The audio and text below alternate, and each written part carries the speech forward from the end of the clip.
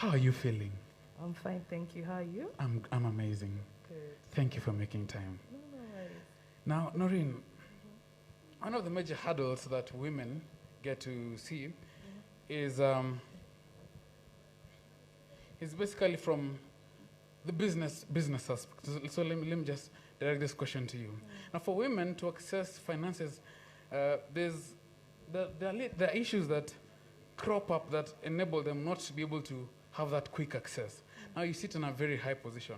Now, my question would be, what are some of the things that can be done or are being done to level the ground for players in business? Okay. Thank you so much.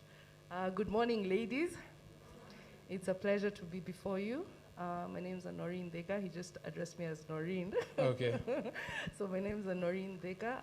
I head the programs at the SME Advisory Unit, which is a department which falls under the Executive Office of the President.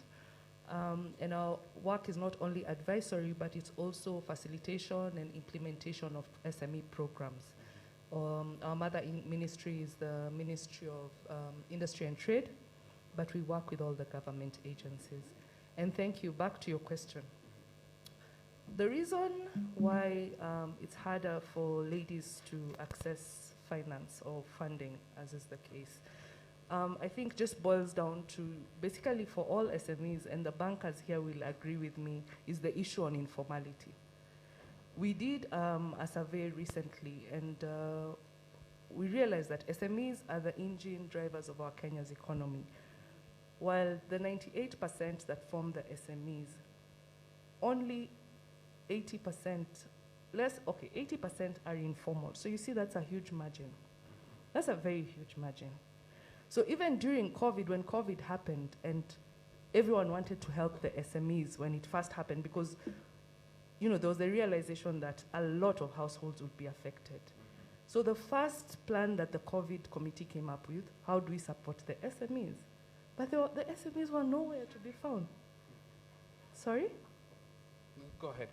So the SMEs, not many were available, or we could not trace them. And the reason why we could not trace them was because of the issue of informality. Now, we realize that in the Kenyan landscape, there is the fear, because the minute you register, the minute you give out your details, as an SME, you start seeing KRA and all her sisters, KEBS, all kinds of agencies. Even you'll see Kenya Wildlife wanting something from your business. And this has happened because as much as we're supporting the SME space, it has been fragmented. Yeah? So you don't blame the SME for being scared of formalizing, but also from a policy level, what kind of environment are we putting in place? And Mengi, allow me to just go back. Since we've just followed from what happened colonially. Correct. The policies in place were policies to support manufacturing and big-scale industries, not SMEs. And it's good that we've come to the realization of that. So what is happening now, government agencies are taking a seat back and going back to the drawing board and asking, what can we do different? And you can see there's a lot happening in this space. We have the startup bill, we have the MSME policy that went through. So through such policies, you're able to curate a better working environment. But that just does not stop there, because there's also the realization that we need networks. You have CAM that speaks for manufacturers. You have KEPSA that will speak to the corporates. Who speaks for the SMEs? And the women? Who speaks to those businesses, for those businesses? So also now, we've come to realize that we have unique networks. We have women in business, and that's a formidable voice, because she has that network. I'll call it she because it's, most of the members are women.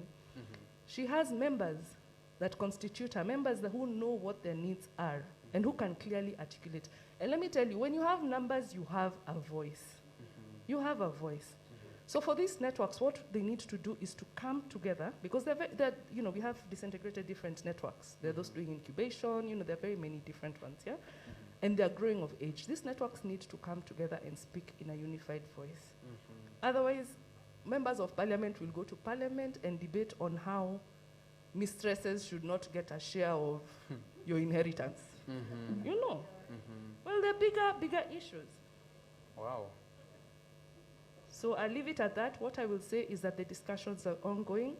We are trying to start from scratch because, as I've said, SMEs, the regulations are the ones from the colonial times. So what we're doing is we're going back to the drawing board. What is an SME in Kenya? You know, even people say I'm an SME. An SME and you've not even registered your company. You know, at what level do you fall? I went to a gentleman's factory and he told me, Noreen, I'm an SME, I need you to come and see my factory at the EPZ. And I went there. He's employed 1,500 employees. I asked him, how are you an SME? How? How? And he's enjoying SME benefits. So you see, we need classification and categorization. What is an SME? Let's start from startup. Let's go to small, let's go to medium. You know, where do you fall? And at startup, what does the government do for you? At startup, surely, someone who has just registered, can we give them a tax holiday? Those are the questions we're asking. And how long should that a tax holiday be? And what also regulations do we put in place? Because also the more rules you have in Kenya, the more you open the gates of corruption. Wow. So let us have, if at startup level, do you come under a network such as Women in Business? That confirms you're a startup. How is capacity building provided for you as a startup? As medium, what do you get as at medium level? Do you have access to finance? Yeah? Can Stanbic easily call Women in Business and find out that this person is at this threshold and these are their details? How do you work also with business regulatory services, registration services? So all this, and through collaboration, I think, and putting our efforts together, I think the policies that are about to come to place will just change the entire story.